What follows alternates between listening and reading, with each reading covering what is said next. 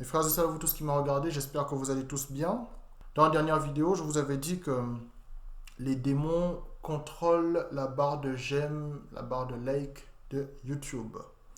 Ce sont les démons qui contrôlent les statistiques de YouTube et ils font ça pour empêcher un type de vérité d'émerger. Donc les démons combattent les vrais enfants de Dieu sur YouTube et ce n'est pas censé nous surprendre, n'est-ce pas? L'Esprit de Dieu m'a fait tomber sur une vidéo qui confirme le contrôle des démons sur les statistiques de YouTube. Donc sur cette barre de like, cette barre de j'aime en l'occurrence. Donc regardez, ce monsieur actualise la page YouTube. Et qu'est-ce qui se passe? Vous pouvez voir que les démons suppriment les dislikes. Les démons suppriment les pouces vers le bas. Donc ce monsieur, vous pouvez voir qu'il est effaré de cette situation et je peux le comprendre. C'est tellement énorme, mais nous, enfants de Dieu, on n'est pas surpris. On se doutait bien que ce genre de choses se produirait. Vous voyez qu'il n'y a pas de hasard dans ce monde. Tout n'est qu'illusion. Une fois de plus, les pauvres gens qui espéraient percer sur YouTube, ils doivent avoir beaucoup de désillusions maintenant. En découvrant que ce sont les démons qui contrôlent les statistiques sur YouTube, les barres de like, les barres de j'aime, etc. Bon, nous, enfants de Dieu, on sait qu'on est en guerre. On sait que sur les réseaux sociaux, on sait que sur YouTube, les dés sont pipés. Par conséquent, nous sommes en terrain ennemi. Donc, on ne s'attend pas à être privilégié sur YouTube.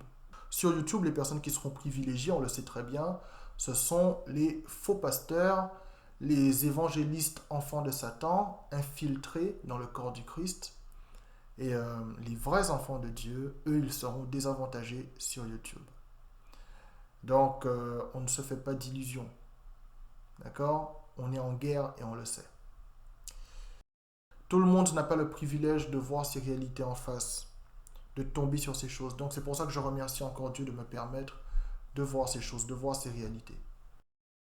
Dès l'année 2017, il y a 3 ans, l'Esprit de Dieu m'avait déjà prévenu que j'allais être combattu. Quand j'allais donner ma vie à Jésus-Christ, regardez vous-même. Moi, j'ai envie de vivre pieusement en Jésus-Christ. Donc, je sais ce qui m'attend. Mais je suis prêt. Et ça n'a pas tardé. Dès janvier 2018, lorsque j'ai commencé à aborder le thème des démons humains, là, les attaques démoniaques ont commencé. Des attaques surnaturelles sur YouTube. Regardez vous-même. Pour la première fois dans l'histoire de YouTube, une vidéo de 4000 vues atteint plus de 1000 dislikes en l'espace de quelques heures. Les démons sous forme humaine, ces faux êtres humains ne peuvent plus se cacher. Ils sont obligés de réagir. Évidemment, les 1156 pouces rouges que j'ai reçus sur ma dernière vidéo ne correspondent en rien à la réalité des retours que j'ai eus, ce que je vais vous démontrer. Les démons se sont sentis en panique.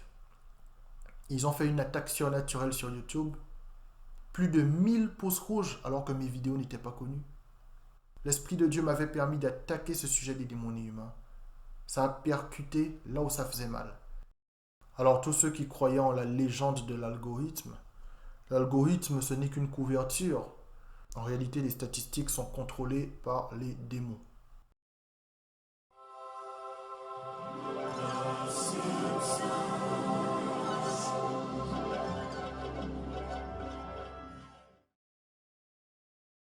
On va rapidement parler des Simpsons. Il y a une espèce de séduction satanique autour des Simpsons. On nous fait comprendre que les Simpsons prédisent ceci, prédisent beaucoup de choses, prédisent cela. Bon, j'ai envie de vous dire, ne vous laissez pas séduire. Je tiens à vous rappeler que dans la voyance, la lecture de l'avenir n'existe pas. D'accord? Je vous fais ce rappel. Avec le dessin animé des Simpsons, il n'est pas question de prédiction. Il est question de projet. La question qu'il faut se poser par rapport aux Simpsons, c'est quel est le lien entre les scénaristes des Simpsons et Satan. Je répète, quel est le lien entre les scénaristes des Simpsons et Satan? Satan projette de faire des choses et Satan communique ses projets aux scénaristes des Simpsons, tout simplement. Dans le show business, le dialogue avec Satan, c'est monnaie courante. Un exemple rapide, Johnny Hallyday. Il a clairement dit qu'il dialogue avec Satan. Souvenez-vous. Vous portez autour du cou un collier avec un petit diablotin. L'autre jour, vous avez dit que c'était parce que vous aimiez bien parler avec le diable. C'était une boutade? C'était une boutade ou... Non, pas du tout. C'est-à-dire? Non, pourquoi? Je converse avec le diable tous les jours. Ces personnalités du show business, qui sont des enfants de Satan, qui sont des démons humains, ils dialoguent avec Satan. Par conséquent, lorsque Satan a un projet qu'il prévoit de réaliser dans quelques mois, quelques années, Satan se contente de dialoguer avec les scénaristes des Simpsons, par exemple. Satan leur dit, dans le dessin animé, dans tel épisode, vous allez mettre telle chose, telle chose, telle chose. Et puis le téléspectateur, il regarde l'épisode des Simpsons. Oh, il est surpris. Les Simpsons avaient prédit ça dans l'épisode et regardez, ça s'est réalisé. Non, monsieur. Ce n'est pas une prédiction. Avec les Simpsons, il n'est pas question de prédiction. Il est question de projet satanique détaillé, tout simplement.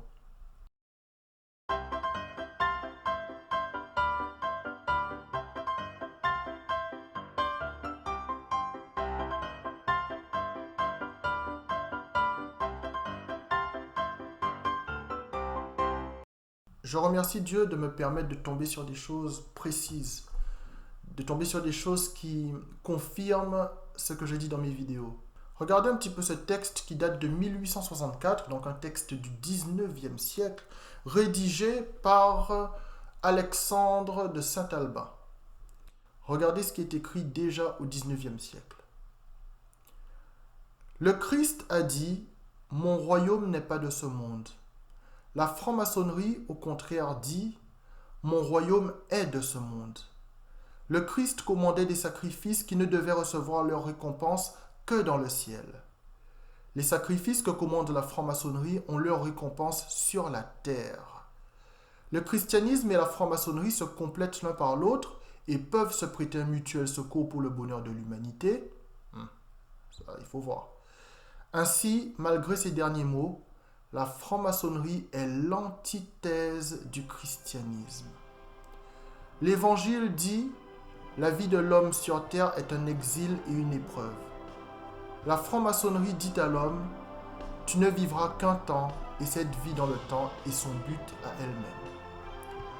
La franc-maçonnerie n'aurait pas besoin de conclure, la passion conclut pour elle et dit à l'homme « Jouis de l'heure présente ».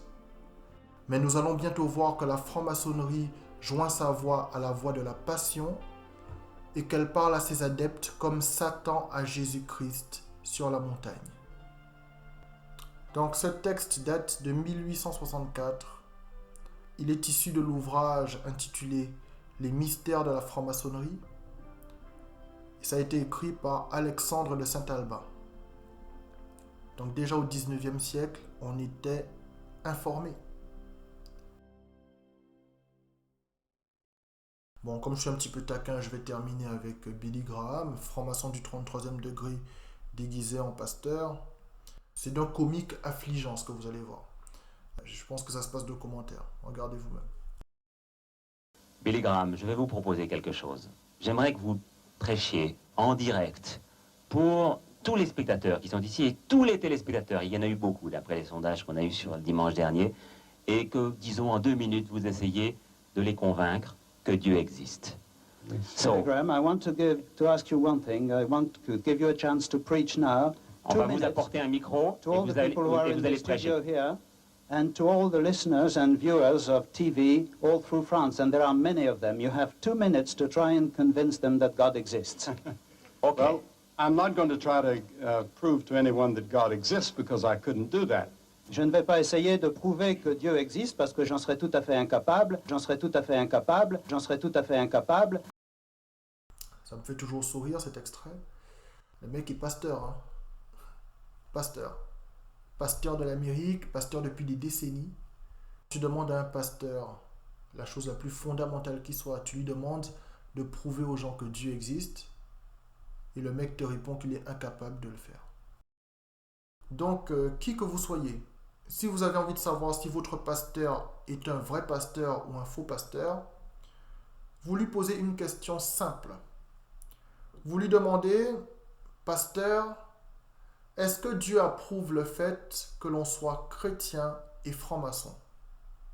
Si votre pasteur répond à cette question par oui ou par non, vous saurez si votre pasteur est un vrai pasteur ou un faux pasteur.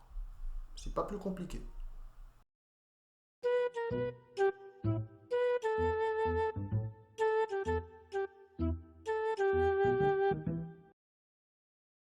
Fire all over your body. Fire all over your body. Fire all over your body.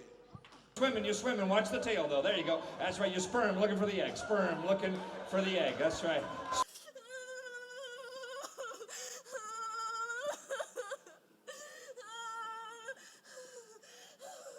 In the name of Jesus Christ.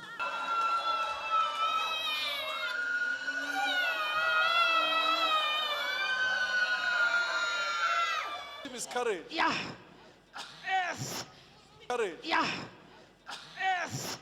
You could just look at the camera over there, and then you could just go to sleep all the way down. All the way down. That's right. All the way down. Voilà, donc mes frères et sœurs, je vous remercie beaucoup pour votre attention. Je vous remercie tout particulièrement pour vos mails. J'ai remarqué que depuis ma dernière vidéo, je suis submergé de mails. J'ai l'impression que cette dernière vidéo a provoqué quelque chose. Donc, je vais essayer de répondre à tous vos mails. Un grand merci encore pour ça.